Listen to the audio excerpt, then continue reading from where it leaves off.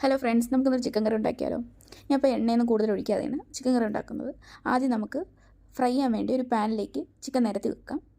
അതിലേക്ക് കുറച്ച് ഉപ്പിട്ട് നമുക്ക് അടച്ച് വെക്കാം. അപ്പം ആ ചിക്കനിൽ നിന്ന് കുറച്ച് വെള്ളം ഇറങ്ങി വരും. അത് കുറച്ചൊന്നും നന്നായിട്ട് വെള്ളം ഇറങ്ങി വന്നതിന് ശേഷം നമുക്ക് മസാലപ്പൊടികൾ ഇട്ട് കൊടുക്കാം. ഇപ്പം ഞാൻ മുളക് പൊടിയും 1 സ്പൂൺ, 1/4 സ്പൂൺ മഞ്ഞൾപ്പൊടിയും 1/4 സ്പൂൺ തന്നെ കുരുമുളക് പൊടിയാണ് ഇട്ട് കൊടുത്തിരിക്കുന്നത്. ആവശ്യത്തിന് ഉപ്പ് ഇട്ട് കൊടുത്തിട്ടുണ്ട്. എന്നിട്ട് അതിൽ വെള്ളം കുറച്ചൊന്ന് വറ്റി വരുമ്പോൾ നമ്മൾ കുറച്ച് എണ്ണ കൂടെ ഒഴിച്ച് നന്നായിട്ട് വറ്റിച്ചെടുക്കണം.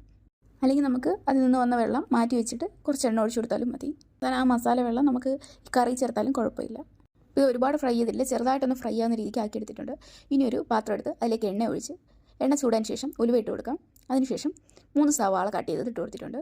അതിലേക്ക് കുറച്ച് ഉപ്പ് കൂടി ഇട്ട് കൊടുത്തിട്ടുണ്ട്. ഇത് നന്നായിട്ട് ഇളക്കി കൊടുക്കുക. ഇനി ഇതിലേക്ക് ഹോൾ സ്പൈസസ് ഇട്ട് കൊടുക്കുക. നന്നായിട്ട് ഇളക്കി കൊടുക്കുക. ഒരു ബ്രൗൺ കളർ ആവുന്നത് വരെ നന്നായിട്ട് ഇളക്കി കൊടുക്കുക. ഇപ്പം ഞാൻ ഒരുപാട് എണ്ണ ഒഴിക്കാത്തതുകൊണ്ട് കുറച്ച് നേരം കിടന്ന് നമ്മൾ ഇളക്കി കൊടുക്കേണ്ടതുണ്ട്. ഇളക്കി കൊടുത്തില്ലെങ്കിൽ അടി പിടിക്കാനുള്ള ചാൻസ് ഉണ്ട്. ഇനി ഇതിലേക്ക് ഇഞ്ചി വെളുത്തുള്ളി പേസ്റ്റും പച്ചമുളകും നമുക്ക് ചേർത്ത് കൊടുക്കാം. എന്നിട്ട് നന്നായിട്ട് ഇളക്കി കൊടുക്കുക. അതിൻ്റെ പച്ചമണം മാറിയതിന് ശേഷം നമുക്ക് തക്കാളി ഇട്ട് കൊടുക്കാം. ഞാൻ ഒരു തക്കാളിയാണ് എടുത്തേക്കുന്നത്. തക്കാളി നന്നായി വഴണ്ടതിന് ശേഷം നമുക്ക് മസാലപ്പൊടിയിൽ ഇട്ട് കൊടുക്കാം.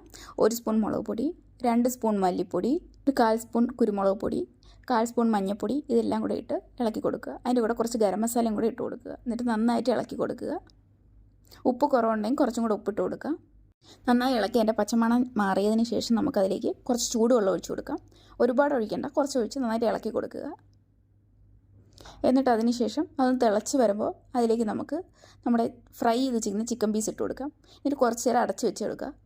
ആ മസാലയൊക്കെ ആ ചിക്കനിലോട്ടൊന്ന് പിടിക്കാൻ വേണ്ടി കുറച്ച് നേരം വയ്ക്കുക. ചെറുതായിട്ടൊന്നും മസാലയൊക്കെ ഒന്ന് പിടിച്ചതിന് ശേഷം നമുക്കതിലേക്ക് ചൂടുവെള്ളം ഒഴിച്ചു കൊടുക്കാം. എന്നിട്ട് നമ്മൾ അടച്ച് വെച്ച് നന്നായിട്ട് വേവിക്കുക. അപ്പോൾ ഇത് കുറച്ച് വെച്ച് നമുക്ക് വേവിക്കാം. ഇതിനകത്ത് ഞാൻ ഒരുപാട് വെള്ളമൊന്നും ചേർക്കുന്നില്ല. കുറച്ച് മല്ലിയില കൂടെ ഇട്ട് കൊടുക്കാം നമുക്ക്. എന്നിട്ട് ലോ ഫ്ലെയിമിലിട്ട് വേവിക്കാം. കുറച്ചും കൂടെ ആയതിനു ശേഷം നമുക്ക് ഇറക്കി വയ്ക്കാവുന്നതാണ്.